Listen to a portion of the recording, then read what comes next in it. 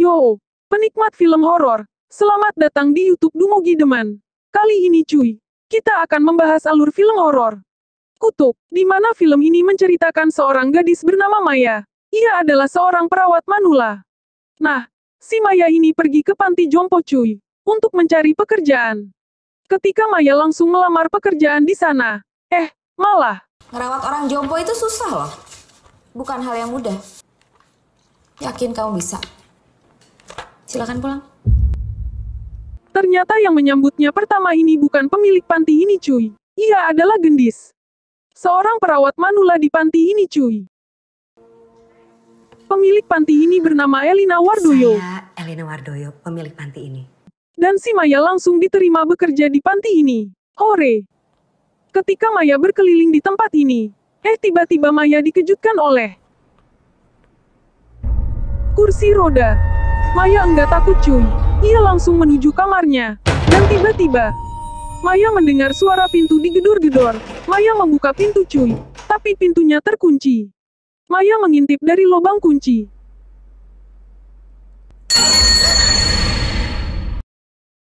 Pintu terbuka sendiri. Sesampai di kamarnya si Gendis langsung menyuruh Maya untuk mengganti pakaiannya cuy. Si Maya sudah merasa takut cuy. Karena ia merasa ada yang aneh di panti ini. Apa ada perawat lain selain kita di sini?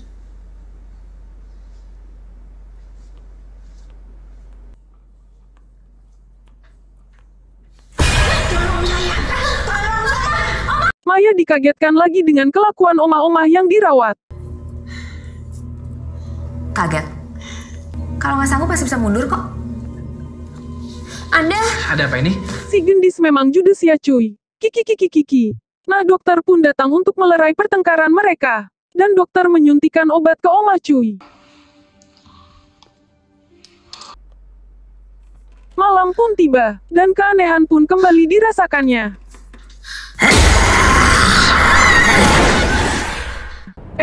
Keanehan itu ternyata mimpi. Hari pertama pun terlewatkan cuy. Maya melihat omah yang kemarin dirawat cuy, jalan sendiri. Oma sudah sehat. Dan tiba-tiba, Maya melihat omah di kamarnya dan dinyatakan sudah meninggal. Wow, tadi itu siapa ya? Yang dilihat Maya berjalan sendiri. Gendis pun menyuruh Maya untuk memandikan jenazah omah.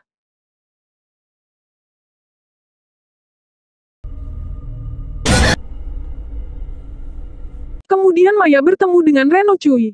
Reno ini adalah anak kos, yang suka bantu-bantu memperbaiki hal-hal yang rusak di panti ini cuy. Scene berpindah, saatnya mengasih obat ke omah-omah yang lainnya cuy. Omah ini, melihat sesuatu di belakang Maya dan tiba-tiba.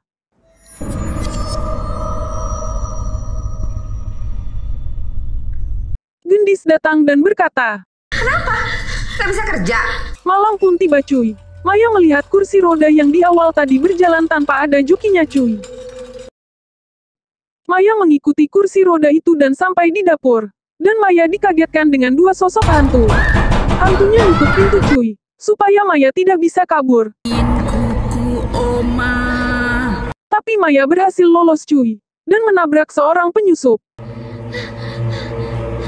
Reno pun datang cuy, karena ada kerusakan yang harus diperbaiki.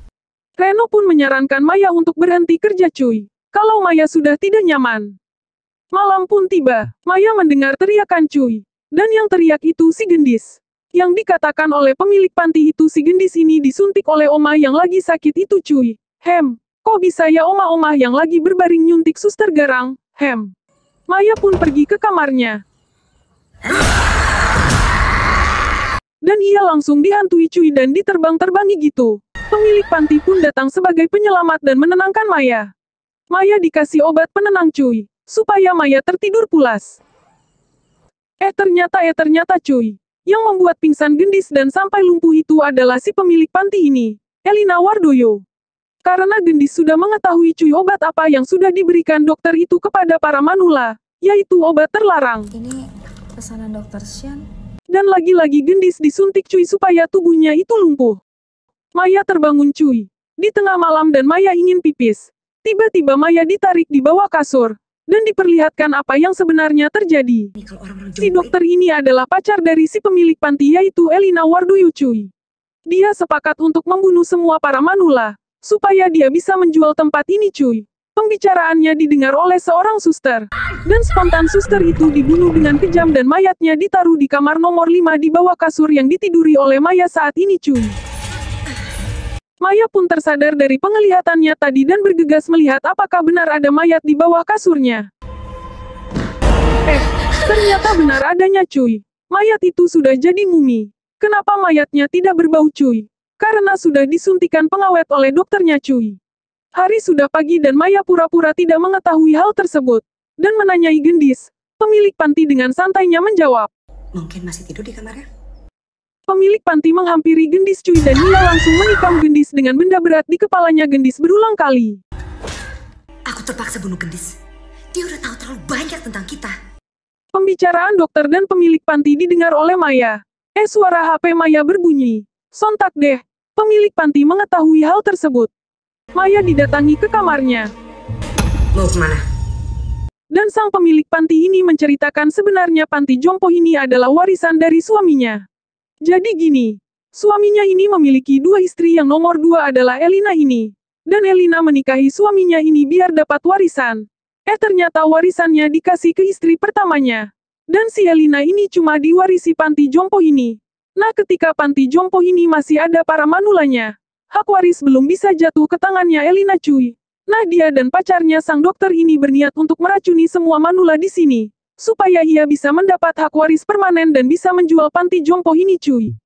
Maya pun kabur cuy. Tapi ditikam langsung sama sang dokter. Maya diseret ke kamarnya dan diikat. Teriakan Maya didengar oleh Reno. Reno pun ditikam cuy oleh sang dokter. Reno ini ternyata adalah pacarnya Alia cuy. Yang dibunuh dan dikubur di bawah kasur. Reno curiga cuy karena pacarnya si Alia. Enggak ada kabar dan menghilang misterius. Dan ia menyelidiki tempat ini. Dan setiap malam ia merusak fasilitas di panti ini. Dan paginya ia yang memperbaiki sambil menyelidiki keberadaan pacarnya. Dan apa yang terjadi? Si Maya kesurupan cuy dan terbang-terbang gitu. Si pemilik panti langsung kabur ketakutan. Si Reno memukul si dokter ampe pingsan. Reno langsung mengejar Elena pemilik panti ini. Kenapa Reno tidak menyelamatkan Maya yang sedang diikat ya? Mungkin Reno takut kali ya. Oke lanjut. Ketika Reno mengejar Elina. Si Reno ditusuk cuy pakai pisau di bagian perutnya. Dan Reno juga enggak mau kalah ia menusuk Elena di bagian dada. Tetapi tetap aja Reno kalah. Elena menusuk tangan Reno dan Elena kabur. Elena sang pemilik panti ini bertemu dengan Manula. Manula itu pun ditusuk-tusuk cuy ampe kagak ada nafas lagi. Dokter pun bangun dari pingsannya. Dan Maya lolos dari ikatan. Maya yang dirasuki makhluk halus ini tiba-tiba kuat cuy. Dan menggunakan jurus yang saya enggak tahu namanya. Untuk membuat dokter terpental-terpental. Dan terbunuh cuy. Sampai-sampai jantung dokternya dicabut. Wow. Kembali ke pertarungan Reno dengan Elena sang pemilik panti ini cuy. Sang pemilik panti berhasil kabur. Dan ia salah masuk kamar cuy. Malah ia masuk kamar yang ada Mayanya. Maya pun langsung melempar Elena.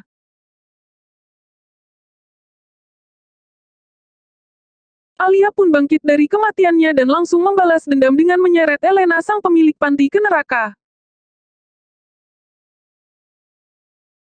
Panti jompo ini pun langsung dikelola oleh Maya cuy. Sekian dulu film hari ini, nantikan film berikutnya. Dadah.